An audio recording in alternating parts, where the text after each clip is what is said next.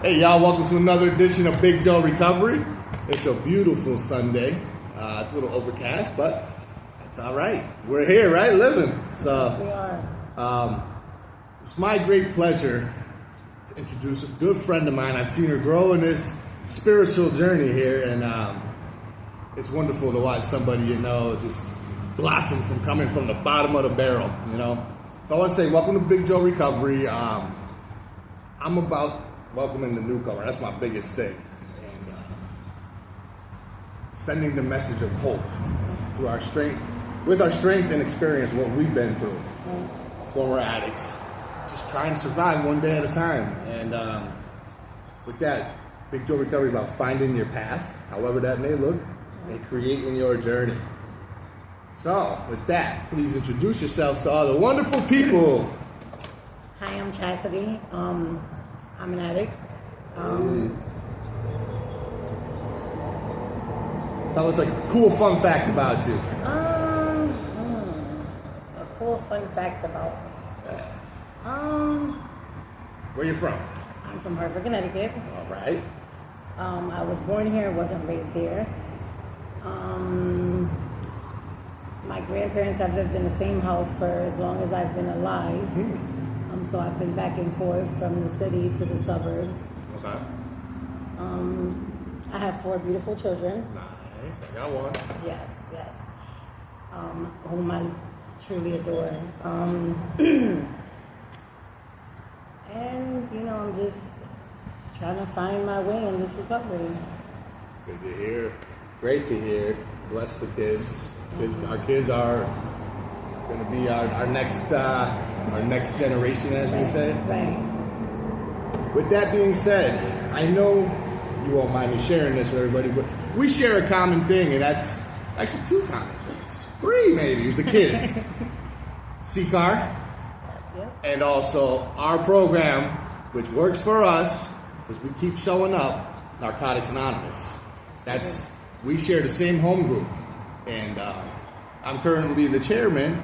And I remember her being the chairwoman because we made her do it when she first came in. That's always going to be great. And, and I'm sure that made you grow a little bit. It actually did. Want to talk about that? How was that experience, chairing NA in your beginning of sobriety? Right. That was the beginning. It was very scary, overwhelming. I didn't think that I could do it, but I did. And with the support of all of you guys, with the fellowship, it helped me grow. It helped me face my fears, talking in front of people, and just being my true self. And I see you're helping a lot of the young women that are coming into the rooms. I see you took a couple of girls under your wing, and that takes a lot of courage. It does. It does. How'd that feel to give back, like being of service, but it came from your heart? It does. Like it just happens, right? It does come from the heart. I give to others what was freely given to me, Yeah. And, one addict helping others without parallel. Yeah. It's just who I am, I've always been this way, even before addiction.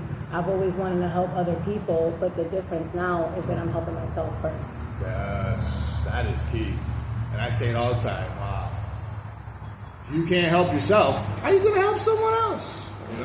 I always thought that because when I used to live in New Britain, I'm born and raised in New Britain, and I used to take people in that were struggling, like homeless, and if they needed maybe to come in and stay somewhere warm during the winter for a few hours, I'd be drinking and chilling, and just thinking I'm doing the right thing, which I was doing. I guess I was doing service then, but just not in the right state of mind. I meant well.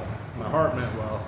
And I was a coach as my younger years. I worked for the city of New Britain, and I was worked for the after school program. So I would help kids out. I was Coach Joe. So I guess that was like the beginning of me helping out. And I lost that job. I screwed it up. Go figure. Those were the early days right when addiction was starting. So I always was a helping person, and I can see that in you. And now that I'm clean and sober and focused, my mind's right, it's different. It's like we're sitting here with this vast all the water. Here's Connecticut River in the background here. And even with the overcast, it's beautiful. But being able to help now is like different because this is clear. It's like I take one day off from drinking, think I'm clear-minded, but you're still in the fade, in a foggy haze. Right. You know, tell us how you what made you come into recovery or start looking at recovery? What got you here? So the audience can see like where you were at and compared to where you're at now. Because you're what, about 8 or 9 months now? I just turned 9 months to 28. Congratulations. 9 months. Trust the process, right? Trust the process. I know it's been taking you some time, but it's working. Yes, I'm stubborn. As we a lot of us are. You know, I get in my own way. You know, what made me want to start recovery? I was just tired. I was tired of being sick and tired. I was tired of making the same choices, expecting different results. Insanity. You know, it's funny because I used to think about that word insane before. And Lord, was I insane. I was completely insane. And I was living my life in vain, you know. You know, my journey to recovery started a couple years ago. You know, they always, you know, my higher power says, you know, it starts with a mustard seed. You know what I'm saying? And so it was planted. I was tired. I remember going on a trip to Florida and to go have fun, right? Talk about it. So we took a whole bunch of drugs with us. And yeah. You guys drove down? No, we flew down. Oh my Lord. No incrimination here. Listen, we flew down and my boyfriend at the time cuffed them, you know.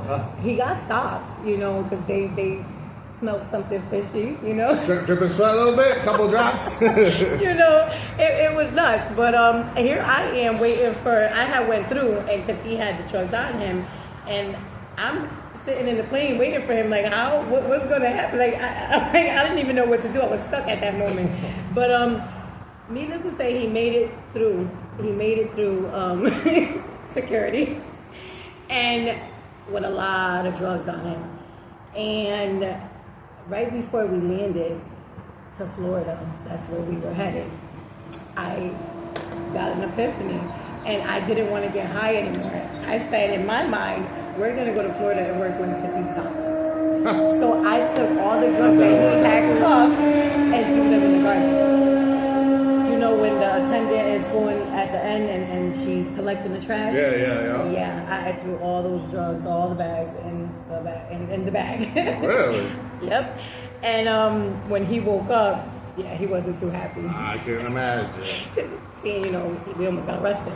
But or he almost got arrested. I'm sure I would have followed after. Yeah, you could probably save you a couple of years from being behind them bars, which I know very familiar about them things. Right. Lord, right. And so we were in Florida, and you know, I just felt like I was tired. I was tired then, and that was, I want to say, like 2 years ago. It's going to be 2 years. I was tired. I didn't want to keep doing the same thing. I wanted to change my life. I just didn't know how to. Yeah. You know. Hardest part. Yes. Especially when you're fogged up. Right. You want to try to do something. 'Cause I remember a bunch of times. Now, I know you're familiar. You've been in prison, right? Yes. Yeah. So you know about it. When you get out, you know, you have to do this program, that program, this program. I guess that's planting the seed in a way. Right. You know, but fighting that thing, you know? And I believe, for me, I went to Farrell House one time, inpatient.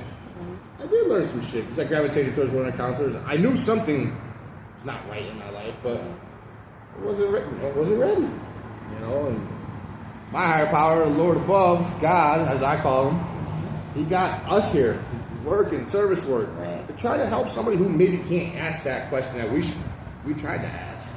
How do we get help? Because the negative self-talk we used to have, especially me. I can speak for me. I can talk myself into anything. Always bad. Always bad. consequences. I'll deal with it when it happens, right? Right. No. But today, man, this peace I have. How's your peace level? Woo, hallelujah. I have tremendous peace. It's funny that you asked that because, before my addiction went crazy, I lived, with my ex-husband for 16 years, my children. Yeah. I actually lived a life where you would think is normal to society, right? And I had everything that anyone could ever want, but I wasn't at peace. I wasn't happy. I didn't love myself. Fast forward. Yeah. I guess I had to go through what I went through to understand and appreciate what peace is. Yeah. And it's peace is something from within. It can't be bought. That's true. It's priceless.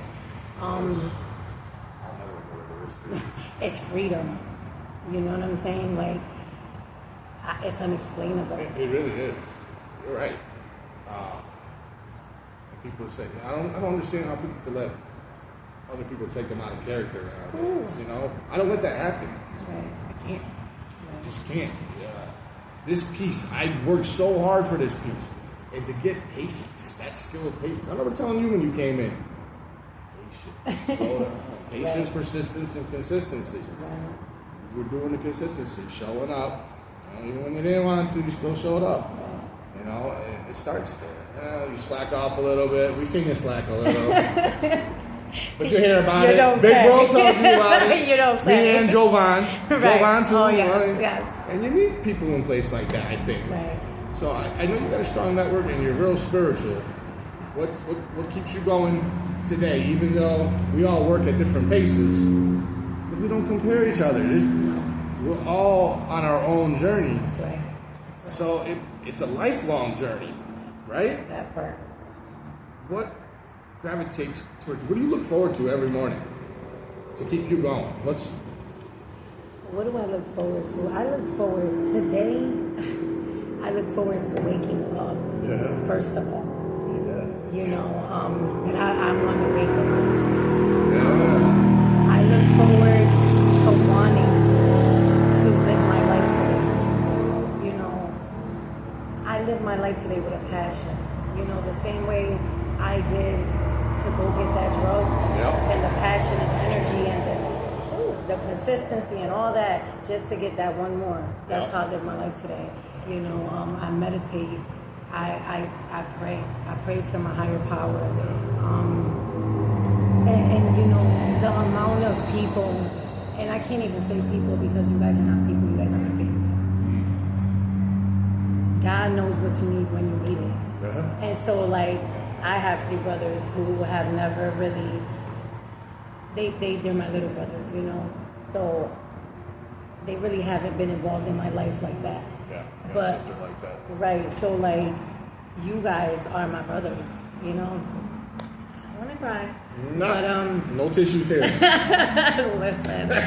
So, you guys are my brothers, and when you say what you say, it's needed, and I just take it, I absorb it, and I apply it, and I love you guys, I love you too. Thank you. And the amount of women that I've met, and in the beginning, I didn't trust them. Yeah. I'm like, they just want to know my business. That's all they want to know is my It's business. gotta be a girl thing. Right. It's gotta I'm like, be. I'm not. And a person coming from, although I was on the streets for 3.5, 4 years, I'd be downplaying it, 4 years. Before that, I really didn't have many women friends because I was so involved in my house, and so that was new to me. And, you guys are more family to me than my family. You said something key there. Thank you. Trust. That's why I love this trust the process thing. Trusting people is still hard for me today. A lot easier, but I set myself up for a broken trust. So I guess I can't be too mad about it. But it's hard to build up, not hard, but relationships in general with other people. Because I'm always thinking, are they gonna beat me like this guy beat me? Right.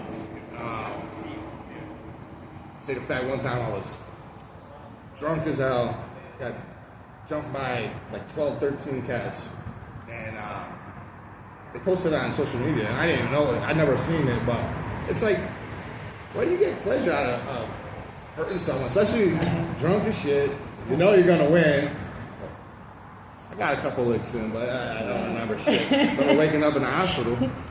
But it's like, why do people gravitate towards negativity so much? Like, what do you feel on that? Like, I feel like, why is it so attractive? I don't think so. Now that I'm sober. Right, I don't think that it's really attractive.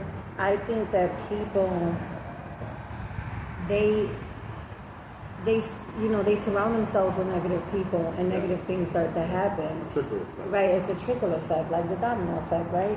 And I believe that that's not their true self. I just believe that, just like a drug, you become one with the drug, right? Yeah. And it's the same thing with people. Get where you fit in. Right, and hurt people. That's right. You know? That's why I love C-Car's saying, transform people. Right. And that's deep right there. You know, that's why I keep coming. Because somebody who's going to be watching this might just get one line we talked about. And that's all they need. That's it. I'm going to try that out. You know? I'm going to send a shout out to one of my boys, man. I'm not going to say the name, but I'm proud of you, bro. Yes, me too. Me too. Grew up together and you're trying to find a new way to live. I'm going to be here by your side. Hey, Chassidy will be by your side as well, man. Yes, this is how this works. That's right. So, we recover together. That's right. Right. So, with that being said, what's a good piece of advice you would love to share with the audience that you want to just put out there? Anything that's on your mind that you think somebody might need to hear today that's struggling or whatever the case may be, or just a message in general, affirmation, whatever it may be.